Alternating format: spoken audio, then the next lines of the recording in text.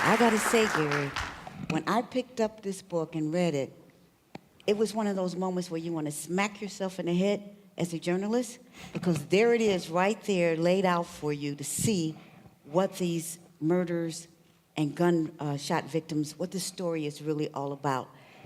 I don't know why it took so long or why it took someone from across the pond to do this story, but it was incredible. So I want to jump right into it by asking you how you got the idea and what was the process for coming up with the book. Well, unfortunately, the idea wasn't mine. It was an editor at The Guardian's magazine who had seen this statistic. This would now be 9 years ago, and said, you should do this. You should follow them up. And so I did, and it immediately struck me in doing this for the magazine that this could be a book. I mean, all of the stories that I found on that day were truncated into, 600, 700 words. And there was one story in particular in Detroit, a boy called Brandon Moore, who was 14, I think, and who had been shot in the back by a security guard. And then it turned out the security guard was an off-duty cop. And then it turned out that that off-duty cop had shot his wife, but hadn't killed her, had shot a neighbor in a dispute and killed them, and had killed someone else in a DUI, and he was still on the force. And Brandon's name didn't make the Detroit papers. And it was just a news in brief that there was an altercation. And when I found his family and his brother told me this story, it was kind of the most banal story that ended in death. So they'd gone into a wholesaler's. You're not allowed to go in without a parent or an adult, but they'd gone in with an adult. Mm-hmm. The boys wanted to look at computer games. The adult said, you stay here, look at computer games. I will go and get what I'm getting. It's the kind of situation most adults have been in. The security guard came and tried to move the boys on. They got into it with him. It got physical. Mm-hmm. And when he was pushed, his gun fell out. And at that point, the boys, it was Brandon and two of his brothers, just started running. And I spoke to Brandon's brother, and he said that the security guard just basically got down on one knee and just started shooting, shot Brandon in the back. Mm-hmm. And you just think, how could that not make the paper? Right. How is that possible? And then you think, well, this is going on all the time. And so I knew there was a book in it, and I needed to wait until I had the time and the resources to do it. And this was the time and the resources. How long did it take? And also, there are 10 stories that you tell us, 10 deaths. You're not saying that all of these deaths, these were the only deaths on that particular day. So if you talk about how you came up with November 23, 2013. So the book is built on the basic premise that every day in America, 7 children and teens are shot dead. That's on average. And so I picked a day at random, which was November the 23rd, and then spent 18 months trying to find out who these children and teens were. Most of these deaths don't get much of a show in the local press at all. They're the ones that you are familiar with if you watch local news that come on sometime just before the weather or the sport. And, tonight, usually in the south or west of Chicago, this happened, 20 seconds and it's over. And so what I wanted to do was take a 24-hour period and find out who these kids are as a kind of emblem of all the ones that are missed. And November the 23rd was taken at random. It was the first day I could do. And then I had to set about finding them, which is not easy. Some of them are easier than others, but I used Facebook, I used Twitter. A couple of them, I literally walked the street of Newark and elsewhere. I went to undertakers, the people who had buried them. America's segregation makes things quite handy at times, so if I knew the kid was black, then I would look at the obituary, find out where their grandparents lived, thinking, well, they'd most likely to have a landline, and then match the name to the white pages and then just start calling. And actually that was a fairly kind of reasonable way of trying to find people. So any way that I could. There were 10 children who died that day, shot dead that day, and I found 8 of their kin. Now, in all likelihood, there were more. I was finding these people with Google searches. Following Sandy Hook, there were a couple of websites that sprang up that gave accounts trying to make the point, this is happening all the time. We only pay attention when there's mass shootings, and if they're particularly evocative, because there are mass shootings actually quite often, but actually this is happening all the time. So I use those websites, I use my own Google searches, and suicides aren't reported. Okay. And on average there are 7 kids that get shot dead each day. On average, 2 are suicides. So I'm almost certain there were more children and teens who were shot dead that day. These were ones that I could find. And as I say in the book, if you pick a different day, you get different stories. So when you showed up with an English accent, knocking on someone's door to want to tell a story about what happened to the son, how were you received? Yeah, I mean, the English accent thing is always a little bit odd for people. It's not for me, obviously, but sometimes it's just one complication too many. Generally speaking, I wouldn't doorstep them. I would find a way to approach them in a more gentle way with a letter, usually. Often I would use the piece that I did in 2007 to say, look, this is what I do. Sometimes I would include a previous book, just to say I'm not a crazy person, and this is what I want to do. Then, if they were amenable, I'll give them my number, I'll give them my email. If they were amenable, they would call me back. Generally speaking, and this may sound self-serving, but generally speaking, they were very eager to talk. They'd had a child that had been removed from the planet, and for the most part, nobody really seemed to care.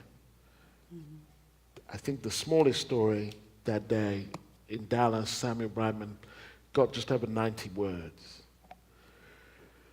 On average, the stories would be longer. They would usually have one quote from the family, and then that's it. So I would say, I know how your child died. I would like to know how they lived. Anything you would like to tell me about them, I would like to hear. Then I would go and see them, and I would explain the project, and I would have an initial interview.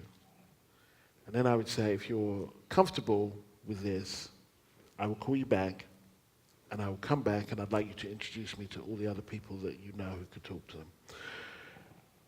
Some of them, when I went back to them, they didn't get back to me, and so that was the end of that, a few of them. But half of them did.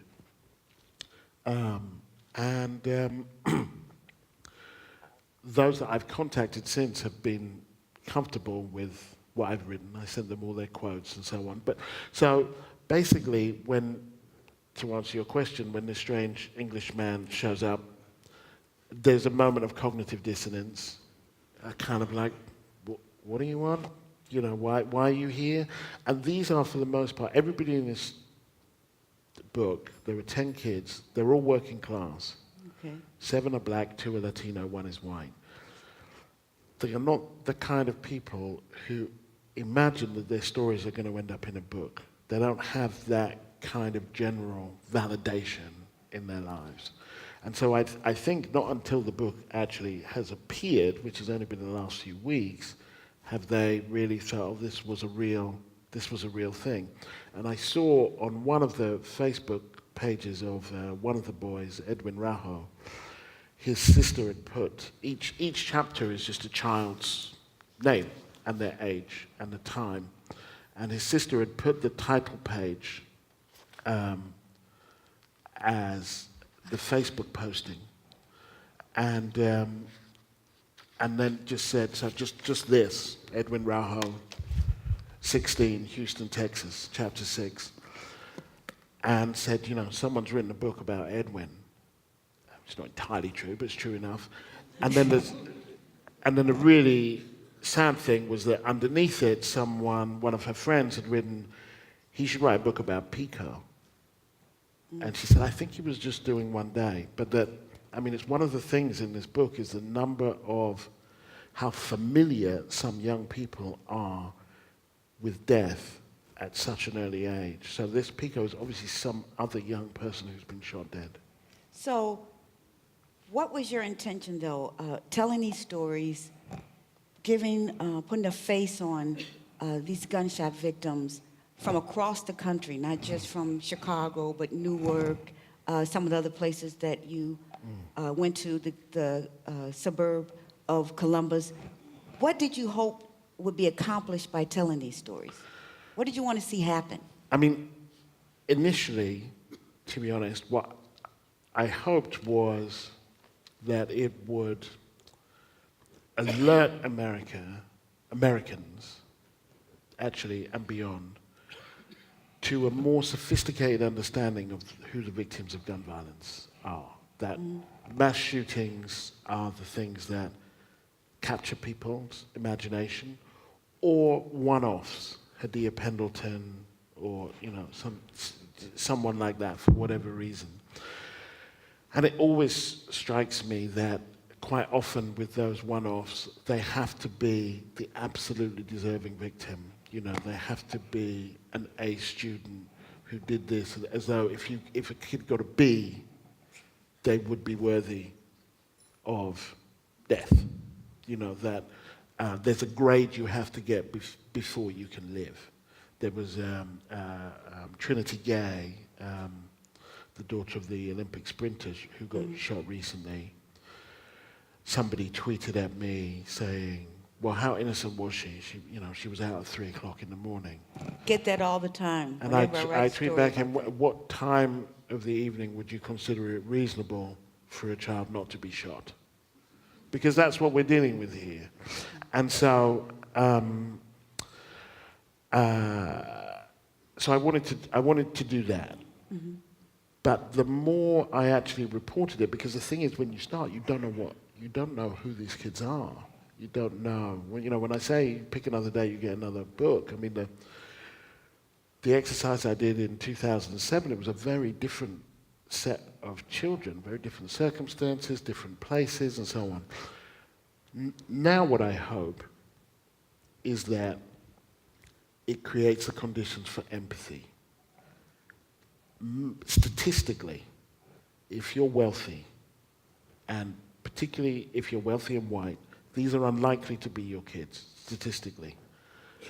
But look at them play Minecraft, Xbox, smuggle girls into their room, experiment with soft drugs, talk back to their parents,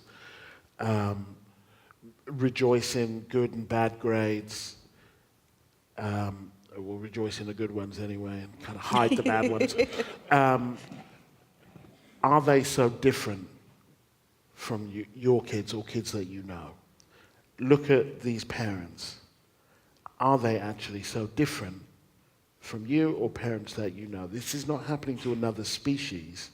These are human beings, and these are also Americans this is happening to. And there was one response when Samuel Brightman in Dallas is shot dead. He's walking down a road, it's 11:30 at night. Nobody knows why he was shot dead. Nobody knows. He was a sweet kid, quite fragile, vice president at his school. The women in his life said he was the kind of kid that the son that you hoped for. Mm-hmm. His sister was his protector. Once when some boys were bullying him, it's his younger sister who came out and dealt with them. One of the first comments after his death was, well, if you let your children out at 11 o'clock at night, what kind of parent does that? I know where my children are all the time. It was this judgment about his mother Audrey's parenting. And then you find Audrey, and you learn that night they had played Uno, drunk cocoa, and watched We're the Millers. The worst thing Samuel did that night was cheat at Uno. He was walking his friend home. His friend was in the area to accompany his grandmother to church the next morning, and he was walking his friend the 6 minutes home when somebody shot him. But then this person sees black child, Pleasant Grove, Dallas, which is a working class black area, and immediately thinks she knows what's happened. Mm-hmm. These kids are feral, these parents are negligent, they brought it on themselves. And so what I hope it does is show people, look, these are not some other species. Someone on the Diane Rehm show the other day said, if you just took a few cities out of America, then this whole, the rate of gun deaths would plummet.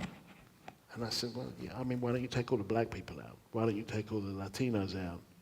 Why don't you take all the poverty out? But then it wouldn't be America, would it?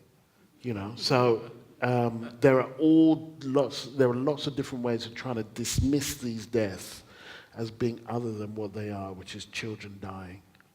So, of the 10 stories, I found, the story of Jaden Dixon, very compelling. Jaden Dixon was 9 years old. And, of course, the father of his brother's father, who's having an altercation with the mother, shoots through the door and kills this 9-year-old. It's the first time that I really kind of thought about it, this gun violence, in terms of domestic violence, the link between the two. Yet in your book, you don't really preach that. You show it. You don't really preach about the guns and the people who are using the guns. How did you avoid, coming down on this? How did you avoid this book becoming something of a book about gun control and the need for gun control? Yeah, well, there are a couple of ways. The first, and in a sense the most alarming, is that, well, first of all, I decided that I would write to the stories that people told me. So if they brought up the Second Amendment, then I would talk about the Second, but if they didn't, I wouldn't. Nobody brings it up. Nobody brings up the Second Amendment. But more alarmingly, when I ask the open-ended question, what do you think this is about? How did this happen? Nobody mentions guns. Because my conclusion, and this is kind of a British conclusion, I did live in America for 12 years, but, Britain's where I'm from, and the cops don't even carry guns in Britain. I mean, there's an awful lot wrong with Britain, but that thing isn't one of them, was that they saw guns in the same way that one might consider traffic if your child was run over. That very few people would say, we have to just get rid of traffic. Because you couldn't understand a world without traffic. It would be difficult to even imagine. And even if you did argue, let's put up a stop sign, let's put up a speed bump, nobody's going to say that's unconstitutional. So it was beyond the imagination. So people kind of didn't raise it. And therefore, if they didn't raise it, then, but they raised parenting, for example, so then I pursued that as a theme. So there was that. Secondly, it feels to me like the gun control debate, if you can call it that, has become very sterile. It's, you're a warmonger or you're a pansy, the Second Amendment, it protects my freedom, the Second Amendment threatens us. It all becomes kind of interpretations of scripture, more or less, as kind of this understanding of the Constitution as scripture as opposed to as a living document. And it doesn't really feel like it's going anywhere. And when I asked the families also the open-ended question, what do you think of the gun debate? They were like, well, what do you mean? Because it's not touching them in any real or urgent way. But the other thing was that I thought it was more effective to illustrate what guns do than to talk about whether they should be. And that this is a book about what guns do. Now, of course, there are people who say, guns don't kill people, people kill people, which I think is odd. It's like toasters don't make toast, people make toast. Well, it's true, but that's what toasters are for. And so similarly, guns exist to kill things, and they do it very efficiently. You know, on the day of Sandy Hook, a man in China with mental health problems went into a primary school with a knife, and he didn't manage to kill anyone. Britain, my experience of Britain growing up is that it's actually a more violent society. You think of soccer hooliganism, alcoholism, kind of Friday, Saturday nights when the bars show up. It's more violent, but it's just less lethal. Okay. And so, so the other reason I didn't get into gun control so much is because I thought that the power in the book would come from showing how these things affect lives. But in some places, like in the story in Newark, New Jersey, and that story, you painted the picture of the economy and what happened to Newark, and all of the, the poverty, the lack of opportunities, the poor schools, all of that, in a way that played into this is the result. Was that the intention? Yeah, it was wherever there was something that could illustrate a broader theme, I would take that opportunity. So Gary Anderson in Newark is shot dead. It's the poorest area of anyone who's shot dead that day. Right next to the house where he grew up is the derelict factory where his grandmother worked, with trees growing out of it, and pigeons in it, and so on. Right next to the area where he was shot, which is where his mother lived, there is a bricked up housing estate. And Newark, a bit like Detroit, there are areas of Newark that just look like what happens when capitalism just doesn't need people anymore and just leaves them. And so if one wants an explanation for how kids would get into the drug industry, well, what other industries are there? What would one suggest that these young people do? Where should they go? That doesn't excuse anything about what people do or don't do with guns, but there is a context for this, and that generally speaking, people who are well educated, well employed, happy in their lives are less likely to choose a risky business like drug dealing and to, use guns in the way that they do. And so that was an example of a broader theme. Or Samuel Brightman in Dallas. I spend, as well as telling his story, I spend a big chunk of it looking at how can it be, I'm a journalist, you're a journalist, how can a child be removed from the planet and only get 90 words? And you speak to the person who wrote the 90 words, and it wasn't her fault, she was on the weekend shift, she's passing it on. But they say, well, it's not surprising that this would happen to a child down there. And so you come to realize that there are places in America where children are not supposed to die, malls, cinemas, schools, and then places which are basically low-income areas with people of color, where their death doesn't really challenge our notion of how America works, but confirms it. Mm-hmm. And then you find the story of how his mum ended up in Pleasant Grove. She had a job. They were living in the suburbs. She works for a home help firm.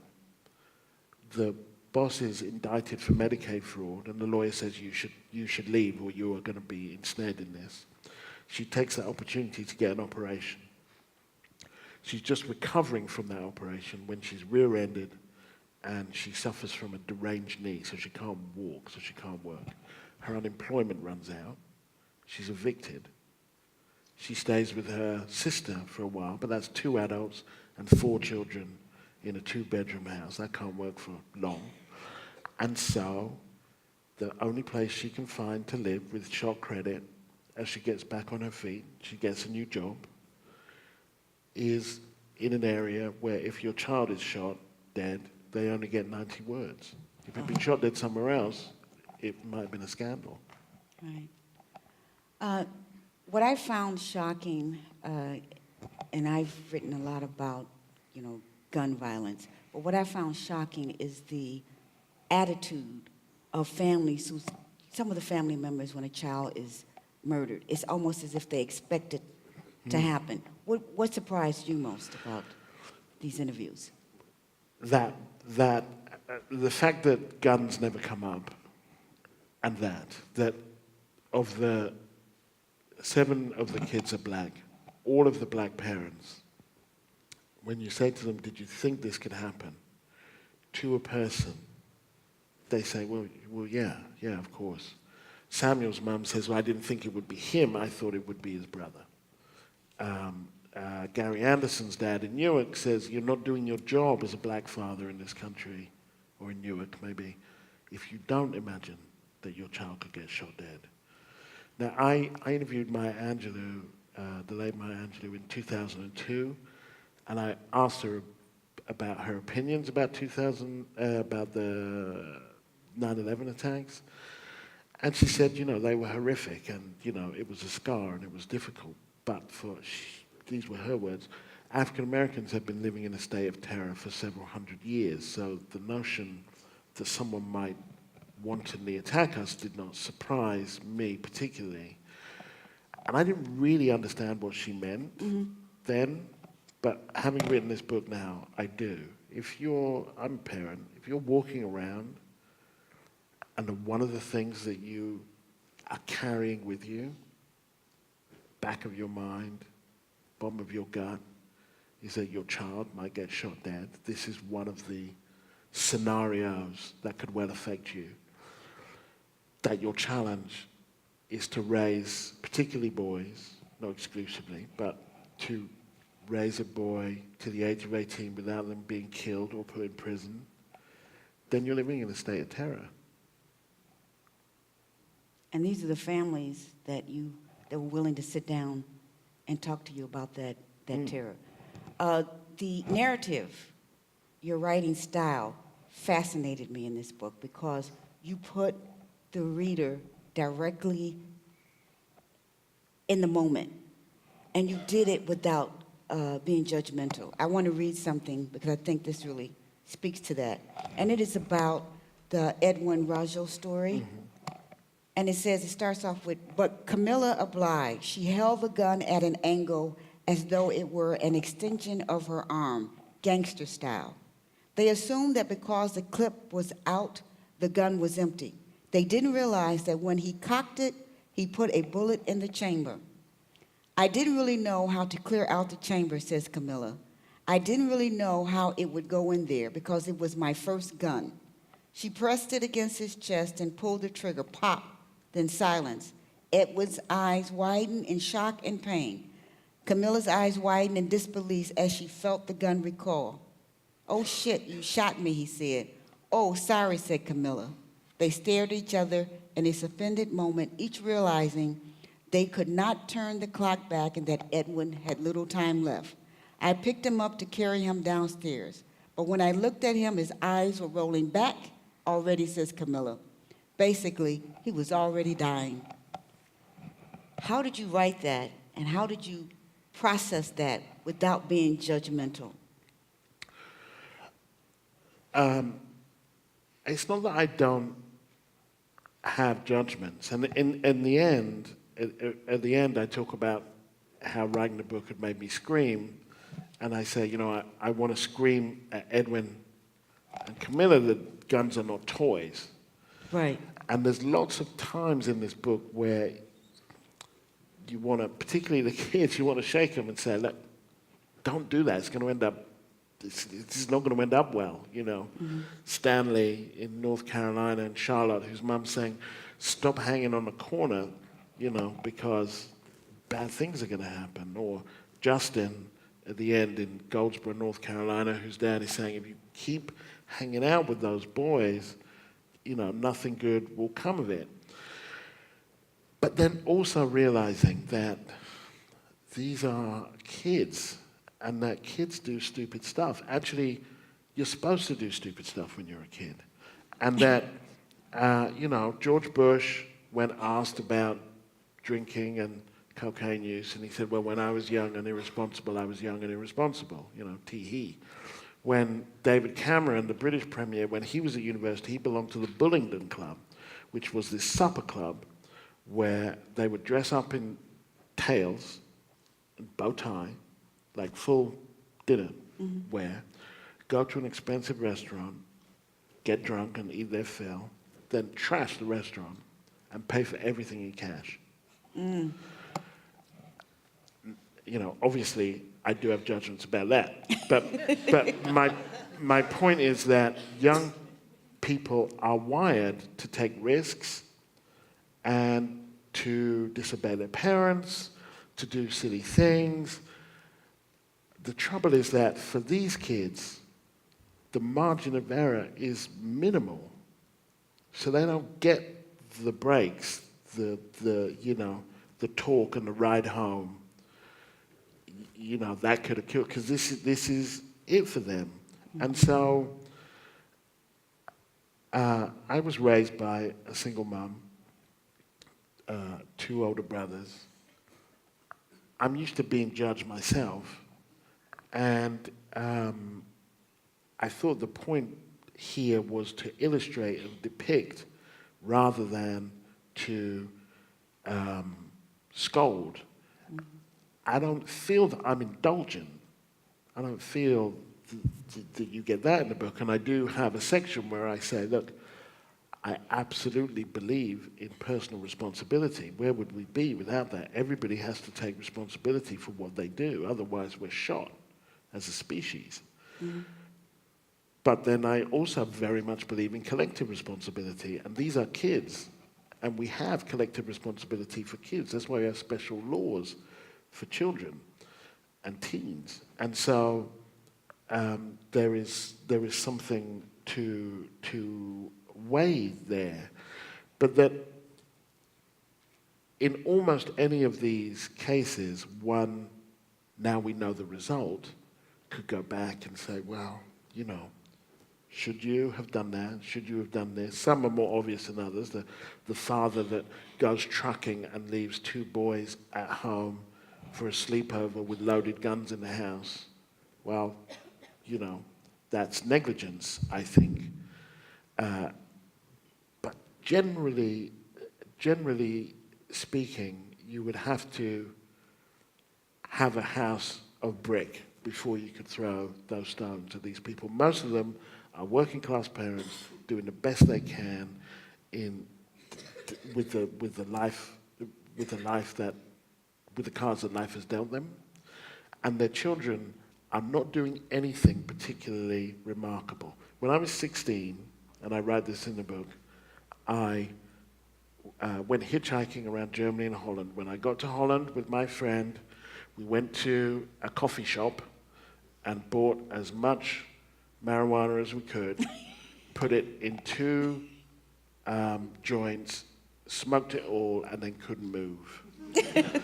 And the police ended up coming, and we thought that was really funny, and then they were speaking Dutch, and we thought that was really funny. And they took us back to our campsite because we were not capable. And they said, you have to leave. There's a train at 10. You need to be on it. And they pinned us for what we were, which was 2 stupid kids who didn't really know what we were doing. Now, I'm not going to advocate that to my child. But people have to have the ability to make mistakes without being killed, Right. particularly teenagers. Finally, before we get to the Q&A, I did have a question about, you looked at 10 gun deaths and you told 10 stories. And really, I was surprised that not all of them were quote unquote gang related. You had strong feelings about even the term gang related. Well, I do. I think that the term gang related can be used to dismiss the deaths of people, to say, well, that's what happens down there. And if an area is gang related, then almost anything that happens in that area can be described as gang-related. And so what I found, and I didn't know this before, but what I found the more that I was reporting was that the term doesn't really tell you that much. Mm-hmm. So of the 10 children, one could either describe 8 of the deaths as gang-related or 2 as gang-related. The 2 that I think are definitely gang-related is Tishon in South Chicago, who's a documented gang member. There's a whole lot of stuff, on his Facebook page that would suggest that. And another guy, Kenneth Mills Tucker in Indianapolis. But if we take Edwin and Camilla, the bit that you just read there, well, they live in a compound where the gang runs the compound, so everything is gang-related. I lived in the Soviet Union for a while, and being a gang member there would be like being a member of the Communist Party in the Soviet Union. It didn't mean that you believed in it. You just that's what you had to do to get on. So Camilla's mother was in the gang. Camilla was in the gang. Edwin was too much of a ninny, really, to be allowed into the gang. Mm-hmm. They got a gun because a rival gang member was shooting at them. But still, the death wasn't gang-related. It was... often that's how it's described. Right. How we get it, the information we get in the newsroom is that it was gang-related if either one of the people were documented gang members. One boy, Pedro Cortez in San Jose, similarly lives in an area that's dominated by gangs. One of the guys that he's with is wearing red. He's wearing black. It's a drive-by. Well, you could say that was gang-related. And if you said it was gang-related, people would put it into a particular box in which nobody's innocent. But another way of understanding that would be that a child was shot for walking next to somebody who was wearing red. And so they become ways of not talking about, using that term, I think, rarely describes what's going on. It could, but it rarely does. Okay. Yes, right here in the red. I'm sorry, I haven't read your book yet. You were talking about the situations of the victims of these shootings. Do you talk about the situation of the family leading up to the killing? In other words, why is it that they have guns in the house? Why is it that they expect that a gun murder could occur in their lives? I do talk about everything that I can about the families. Now, most of the families don't have guns in the house. The reason that they think that, particularly the black families, think that their child could be shot dead is because they're surrounded by death. They're surrounded by people who are shot dead. And so many of the kids, their parents will take you into their bedroom and you'll see that there'll be an RIP thing for a friend who's died. Or you look on their Facebook page or their Twitter feed and they're like online graveyards. So actually, in most of the cases, there's no gun in the house. And the families aren't particularly kind of gun people. The case in Michigan, which is a very particular case because it's rural Michigan, and it's the only place in the book where people know it's the beginning of deer hunting season. Nobody else mentions it. But that area of Michigan is really geared up for deer hunting season. And there, people are often will have guns in the house because there are critters and people attacking livestock, and so there is a different gun culture there, none of which excuses the father leaving so many loaded guns in the house. But for most of and that was the one white child, for most of the African American parents, they don't have guns, but there are guns awash in the neighborhood, and in the same way that even if you don't have a car, if you live next to a busy road, you may fear that your child will get run over. That's where the fear of their child being shot comes from. So I asked Gary Anderson dad who was the one who said, "You're not doing your job properly if you don't think your child might be shot dead." I said to him, he said he didn't have a gun or anything and he was shot. And I said, "Do you wish he did have a gun?" And he said, "No, it wouldn't have made any difference. He would still have been shot." Okay. I'm interested if there's been any conversation about Black Lives Matter when the disproportionate number of victims in your book are people of color in communities of color. I mean, the first thing I to was say... trying to be objective with my question. The first thing to say is that while of the 10 who died that day in my book, 7 are black, 2 are Latino, and 1 is white, that's not proportionate. So because it's a random day. On an average day, it would be 3 black, 3 white, and 1 Latino. And every third day, there would be an Asian or Pacific Islander or Native American would be rotated in. That said,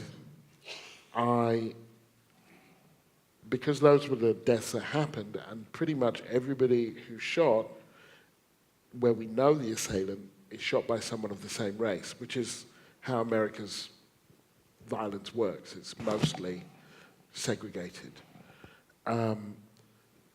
What I say at the beginning, because November the 23rd, 2013, comes in between the acquittal of George Zimmerman, which is when the Black Lives Matter hashtag is launched, and the shooting of Michael Brown in Ferguson, which is when the hashtag really takes off. And that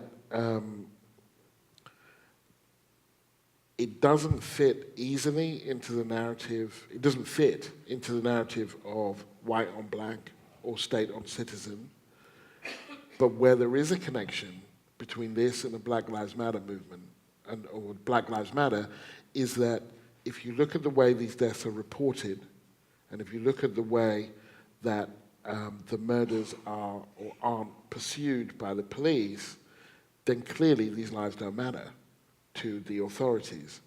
And so if the broader conversation is what is the value of black life, then this fits quite squarely into that conversation, even if they weren't shot by police officers and even if it wasn't a white on black shooting. Okay. I was in Hamburg last June, and I know that the reporting of the violence that comes out of the United States due to guns exceeds our borders. So I realize I'm asking you to speak for a nation, but as a journalist, what is the perception, the British perception, of our problem with guns here? It's one of the two things, and I have opinions about this, but I'm going to try and say it without too much weight about either of them. It's one of the two things that most people, in my experience, in other Western countries don't understand, is America's gun issue and the healthcare issue. That those two things, even as I read the reports, and I've reported on them myself, I find them difficult to explain and personally difficult to understand. So a week before the end of September, the book came out in Britain, and almost universally, when confronted, by a crowd like this, and one of them was in Henley, which is a very posh town, only known for its rowing regatta. So this, we're not in a hood here. Even there, universally, the question was, are they going to do anything about this? And the implication was, they're not, are they? They're not. This is going to keep on going on. And so there is a sense of disbelief that a country as can do, ostensibly, and as, in other ways, hyper-Western and hyper-modern, would be so, would allow this to happen. And and can't quite understand why nothing has happened yet and nothing seems likely to. And my response, I'm a bit of a Pollyanna, but I would say to them, look, if they can elect a black president and they can nominate Donald Trump, they can do anything. So it's not that it's impossible, but it needs the political will to make it happen. And here's where I think there is a real problem with the way that the gun control movement exists at the moment, which is that most of these kids had messy lives.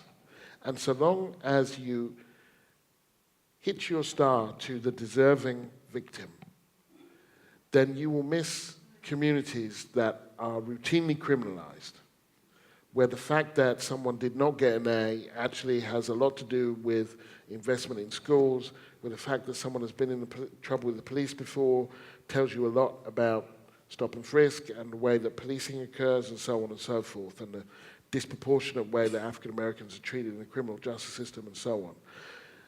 And so the urgency for gun control exists in the very communities where people are doing very important grassroots work, but the bigger gun control movement doesn't seem to have purchase.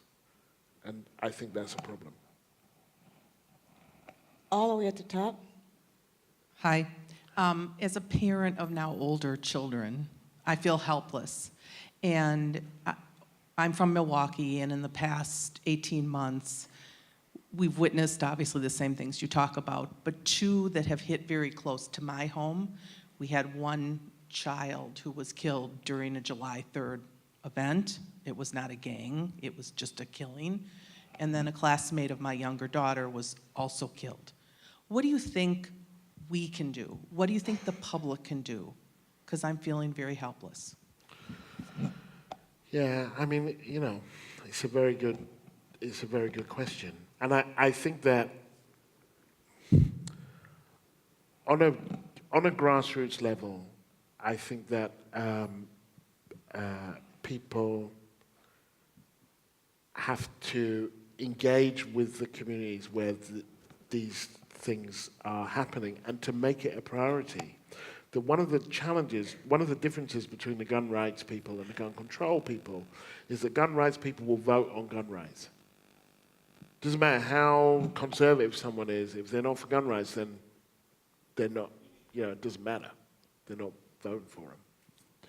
Whereas gun control people have made it less of a priority and so given some people a pass. And so politically and legislatively, I think that people have to make it a priority and to, if someone thinks that there is no price to pay for not challenging these laws legislatively, if they don't think they're going to be voted out, then there's very little pressure on them to actually do anything about it. So there's that. And I think this comes through in the book that obviously gun control would make a major difference. But when most of these kids die, the schools are terrible. There are no youth services. There are no mental health services. There are a range of things that kind of like build up the tinder, and then you put the free available use of weaponry on top of that, and this is what you get. And so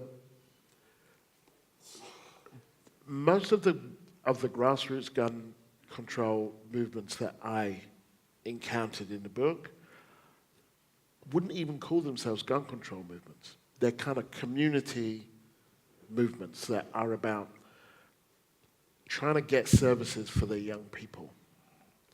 And that you can have all the background checks in the world, I think, if you have terrible schools, no youth services, precious little hope, very few jobs, then you are, you're playing with fire. And so there's that too, which I think on a local level, while I was in Chicago, for example, I thought that and this now does get into kind of controversial territory for some of you, but I think that the teachers' union played an important role in galvanizing communities to kind of protect things that made a difference. Now, that doesn't get into pensions and all that kind of stuff, but it became a focus for a range of conversations about what's needed in the city, and that's what I thought was important. And so, I mean, there are people out there doing good work, but very few of the resources get to them. In the third chapter, there's a boy called Stanley who dies in Charlotte, and his primary school teacher, Stanley's like 18 or 19, but the guy who taught him at primary school and also went to primary school with Stanley's mother is trying to get a local initiative off the ground in Charlotte.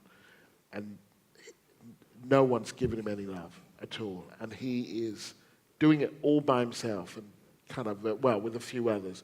And they're having community days with free haircuts and bringing toys and so on. And he is doing the heavy lifting. And I think, you know, when I saw what happened in Charlotte more recently and how people came out, and it looks like they came from nowhere, but they didn't. They came from people like him who've been working tirelessly and kind of unnoticed and unloved.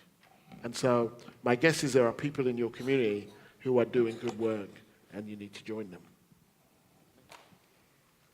Thank you, sir. As you've been researching the book and as you read it, did you get any pushback? Did you get, I mean, since you've written about this before, did you find that there were people that were kind of looking out for you or like saying, we don't like what you're writing about, or is that an issue that came up? Not while I was doing the book. I did speak to one guy in Michigan, the sheriff, who was a gun rights guy, but he wasn't bullish about it like that. He wasn't aggressive about it. Now the book's out, now I'm getting it. And on the Diane Rehm show, where they took one call from a woman and then 7 from, you know, men, and it would be so-and-so from, you know, Southern State, and I think, okay, here we go. And then it would generally, you know, if we just took these cities out of America, or clearly you don't care about the human right to bear arms, was what one said. And this range of questions that I would respond to generally by saying, this isn't a book about gun control, it's a book about what happens if you don't have gun control. You don't want gun control, then you need to talk to me about how these children don't die. Stop hiding behind the Second Amendment and talk about these children and their lives. And of course, without reading the book and without wanting to know, they go to that these are a different species, that this is a feral group of people, bad parents, bad kids. And I would say, routinely, they would say, you know, criminals don't care about gun laws, and so on and so forth. And to pretty much all of those, I would say, America has everything that every other Western country has, more or less. Sometimes more, sometimes less. Segregation, inequality, poverty, racism. These are not unique to America. Britain has criminals too. What we don't have is the easy availability of lethal weapons. And so if you want that and you consider it a human right, then you have to talk to me about these children, and not some archetypal child that you think is out there, but the actual children who were dying. Funnily enough, just before I came out, someone tweeted at me, I say this to you, sir, respectfully, if it weren't for the Second Amendment, you would be speaking Japanese or German, which I love this, it's a gift. To which I said, look, my parents were enslaved from Africa. Were it not for the Western gun, I would be speaking Yoruba.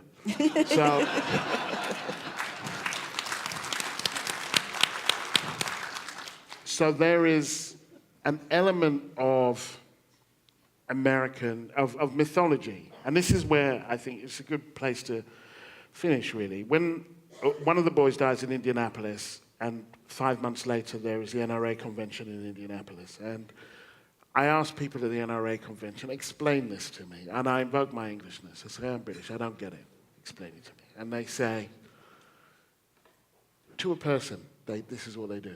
Are you married? Yes. Do you have children? Yes. Imagine that someone broke into your house and, you know, they wanted to rape your wife and they wanted to kill your children. What are you going to do? Are you going to stand there and wait for the police to come and, you know, let somebody do that? Or are you going to man up, basically? And, I mean, first of all, there is a basic flaw in that argument, which is that you're most likely to be shot if you have a gun in the house. And you're most likely to be shot by someone you know. So what they should have said is, are you married? Well, watch out for your wife, because she's the one most likely to kill you.